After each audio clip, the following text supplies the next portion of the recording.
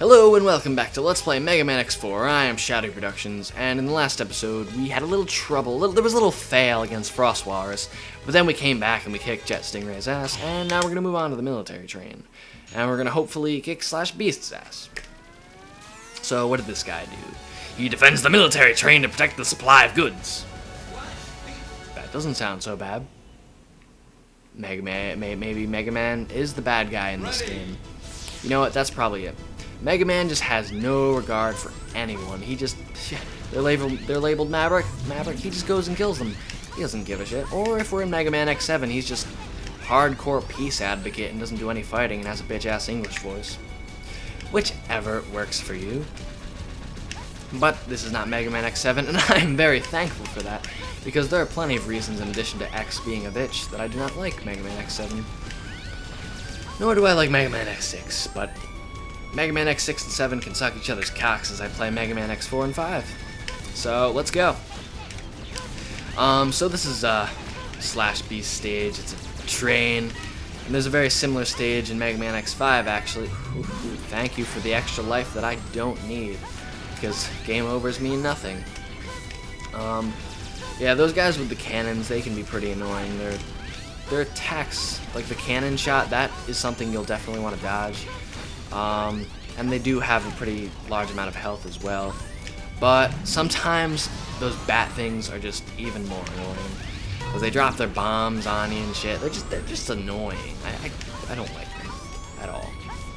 But hopefully, now we're gonna have to deal with more of them. I don't even know what I'm saying anymore. But when this happens, you want to be sure that you move as quickly as possible and get to the next cart before it gets too far away from you. Now, this is another mini-boss. I'm not too particularly fond of this one, but he's not all that bad. Basically, what you need to do is hit the, whatever's behind the spikes, really. Or, actually, you also have to hit the cannon, too. So, the cannon and anything behind the spikes, which can basically be done by destroying the spikes with a buster shot, and then hitting whatever's behind it, like so. And eventually, you'll just straight up destroy the thing, so the spikes will stop coming out, and then that means you have to target another one. So once you get down to the last one, the bottom one, I generally tend to get up close and personal and just jump over the spike and do that. Because you can't duck in this game, which it's a feature that was completely left out until Mega Man X5. I don't know why, but they just, in Mega Man X5, they're like, what's gonna spice up this game? What's gonna make it better than Mega Man X4? What can we add to this series? And then it hit Miyamoto. Ducking. It adds so much depth to the game. You wouldn't even believe it. Oh my god, ducking. It's like a completely different game. Like, I didn't even realize Mega Man X5 was a game in the Mega Man X series until, like, I just found out, actually. To be completely honest, I just found out Mega Man X5 was a Mega Man X game. Like, seriously, the ducking just makes it like a completely different genre. It's like playing like like Mario, Super Mario Brothers 3, and then going and playing like Super Mario RPG. Like, it's a completely different thing. Like, it's got, you know, characters look kind of similar, but it's a completely different concept. Same thing with Mega Man X4 and Mega Man X5. Like, in Mega Man X5, you press down and you duck. Like, seriously? Like, what? Talk about, like, a serious change. Like, that, honestly, like, that was an even bigger change than the change from 2D to 3D in Mega Man X7. That was just, the addition of the duck in Mega Man X5, that, it just completely innovated everything. Like, Nintendo's pretty innovative, but Capcom, with that ducking ability, that just blows it out of the water. I'm sorry. But anyway, that was an incredibly long rant. I'm sorry, and I just died. Thank you. That was stupid. It's like, dropped a bomb on me in midair or some shit. I don't know. And even though the stage is conveniently divided into two parts, you still get a checkpoint in the middle of a part. So they're really making it too easy for you. Instead of 2 checkpoints, you get 4. I don't know if there were necessarily strictly 2 checkpoints in previous stages of Mega Man X games. I don't know, I don't die that much to make notes of where the checkpoints are. But, we have reached the end of this stage pretty much. I think. We have reached the end of this stage pretty much. I'm not even gonna kill you. Okay, this is just absurd. This is supposed to be the end of the stage. Okay, thank you. And there's no boss door. There is no boss door. I almost didn't think this was a Mega Man X game. Like, between... Oh, so many changes. It's mind-boggling. Challenging my unit was both foolish and reckless. You are nothing more than my prey. One that is soon to be retired. Okay, well, I'm going to equip my ground hunter that, you know, travels along the ground and hunts you. And this pretty much is a pretty easy boss fight when you have ground hunter. When you don't, you're gonna have to jump a lot. Even if you do have it, you're gonna have to jump a lot. So I don't know what I'm saying, but it's a very convenient weapon because regardless of what altitude you fire it from, it'll sink right to the ground, which makes it perfect for hitting Slash Beast, who generally stays along the ground. He dashes along the ground a lot, and now he's dead. Not too difficult. Yep, I really don't have anything else to say about Slash Beast. So, moving on, I think we get the Twin Slasher, maybe? Something like that. You got the Twin Slasher, yeah. I was right. And if this cutscene will move along, we can go on to, who are we going? Nope, we're actually going to be interrupted. Sir, it's a message from the Colonel. Or the Colonel, if I'm a fucking idiot. So he basically challenges us, and you have no other options at this point. You have to go face Colonel. It's required. And whether or not you're playing as X or Zero doesn't matter. You're still going to have to fight him. That's pretty much that. So, I was going to explain his weakness, but there's a cutscene. Colonel, stop this foolishness now. Never! Colonel, you're a faggot. We're going to fight. Yeah, pretty much. That's basically how this conversation unfolds. Now, Colonel... Oh, well, fuck you, Colonel. Never mind, then. Basically, his weakness is Frost Walrus's ability, but... screw you again, asshole. His weakness is the Ice Tower, but if you can hit him... Good luck hitting him with it. Basically what I'm trying to say here. It's really not going to work out too well. Because he likes to warp around a lot and slash you and shit, and it's kind of hard to predict where he's going to end up. I generally just like to use the X-Buster on him. As long as you keep dashing, it's not too bad. Those slash things can be jumped over, and as long as you keep moving, he probably won't slash you. Probably being the key word. I don't know. Sometimes it's a little hard to predict where he's going to appear, but I don't know. Like I said, just keep dashing. Probably can get the best of him. He's already down to what, like a quarter? And I'm already down to a half. Well, this isn't good. Hopefully I don't die to you, Colonel, because I really don't like fighting you. The second battle is much easier because there's actually a wall, which means you can just like go above him and just drop Frost Towers on him. That battle I would recommend using Frost Tower, but this one, I don't know. Maybe you'll have better luck than I am. And if you really do have trouble against this guy, go ahead, feel free to try Frost Tower, but I don't think I've ever really been able to beat him with Frost Tower. I've always just gone with the X-Buster and the dashing method. I really think you're supposed to dash under that that first beam that he shoots out of you, that one beam that goes along, oops, whoopsies. There's one that travels like above the ground. I think you're supposed to dash under that one, but jumping works fine, and you only have to press one button. I like to keep it simple like that, so that's what I do. But I really think you're supposed to dash under it. Or if this is Mega Man X5, you can duck under it, but they didn't think of that until Mega Man X5. But now Colonel's dead. Or not dead, he's just defeated. Impressive, but the result won't be the same next time. Until then, Colonel... Too late. And so everyone just kind of bails. So that was our encounter with Colonel.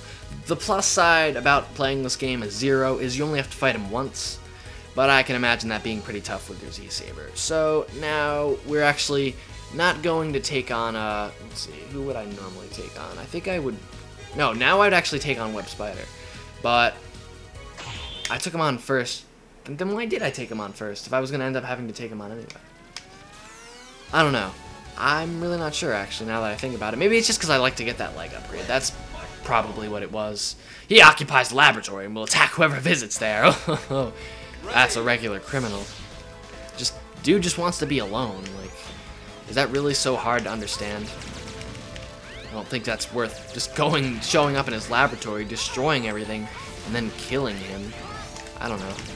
Maybe these guys are all just bad because they're allied with Reptil Force or whoever it is that we're fighting in this game. I think it's Reptil Force. I don't know. They try to like introduce these groups that are, in the end, you know they're going to be manipulated by spoilers. Mute your headphone thingies if you don't want to hear this, Sigma. Spoilers over. But yeah, you pretty much know that he's going to be behind it all pretty much every time. But nevertheless, they try to spice things up. They try to throw new things in there. Same thing with like MegaMan. I think it was either 9 or 10. I don't even know. But in one of them, there was like this virus thing. And Wily was like, oh yeah, I'm a good guy now, and shit. But then it turned out he was like behind the virus or something anyway. So, yeah. I mean, not really anything groundbreaking. Or in Twilight Princess, Ganondorf just shows up at the end anyway. And I could actually spoil that for you because I've already LP'd that game.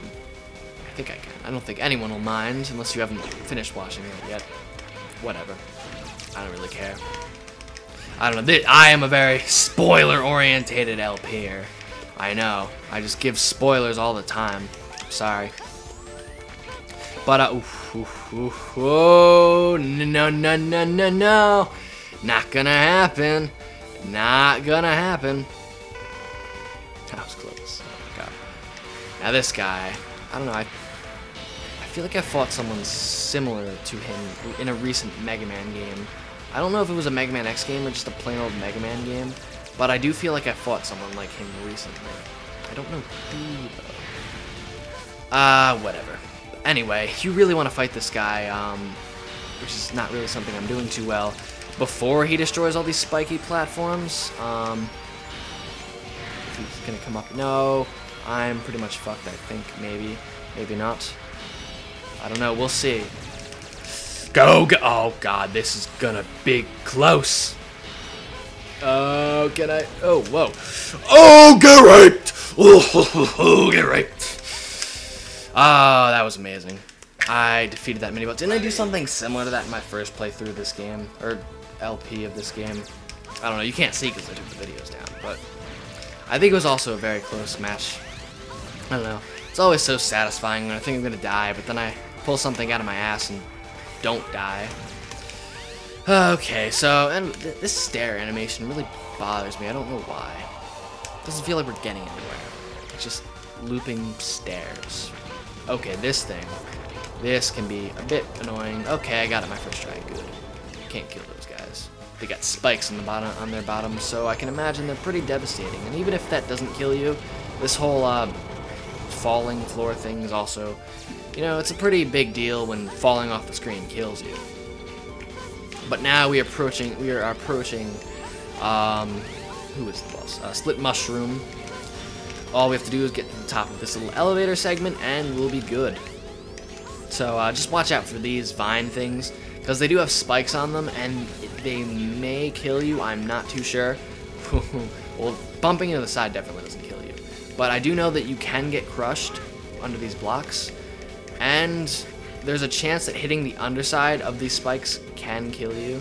Oh. That's probably the toughest part of this whole thing. But once you get past that, it's not so bad. I'm not even sure what the point of shooting that red thing is when he doesn't even like go away once you do it. But that part's over, and there wasn't any fail on this stage really, as far as dying goes, so that's solid. Hopefully I can beat this boss without too much trouble, and that might conclude the episode. Alright, Split Mushroom, let's see what you got! Are you X? I'm under orders to terminate you. What? Whose orders? Take a wild guess. Oof. And if you'll notice, he's actually got the Maverick, or that's not the Maverick symbol. I think that's actually the Sigma symbol right below his health bar. So I don't think he's actually working for Repliforce. He's actually working for Sigma. Now that I think about it, I think actually half the bosses are Repliforce in this game, and the other half are working for Sigma, who I've already pretty much spoiled as the main bad guy, if you couldn't already figure it out. But yeah, he's really not hard. He could be really annoying if you don't, like similarly with Jet Stingray, if you don't get him immediately before he can do any sort of damage. But if you let him split up into his clone things and all that stuff, he can be a bit tedious to defeat. But as long as you beat him before he can do any of that, he is no trouble at all. So another boss has died at the hands of X. And that's going to conclude it for this episode, I think. We got Soul Body. Now, Soul Body is something I always like to get before I take on Cyber Peacock, who is our next boss. Yeah, so we're going to be taking on him in the next episode. We may even finish these 3 remaining Mavericks in the next episode if we're lucky. So I am Shouty Productions. Thank you very much for watching, and I'll see you next time.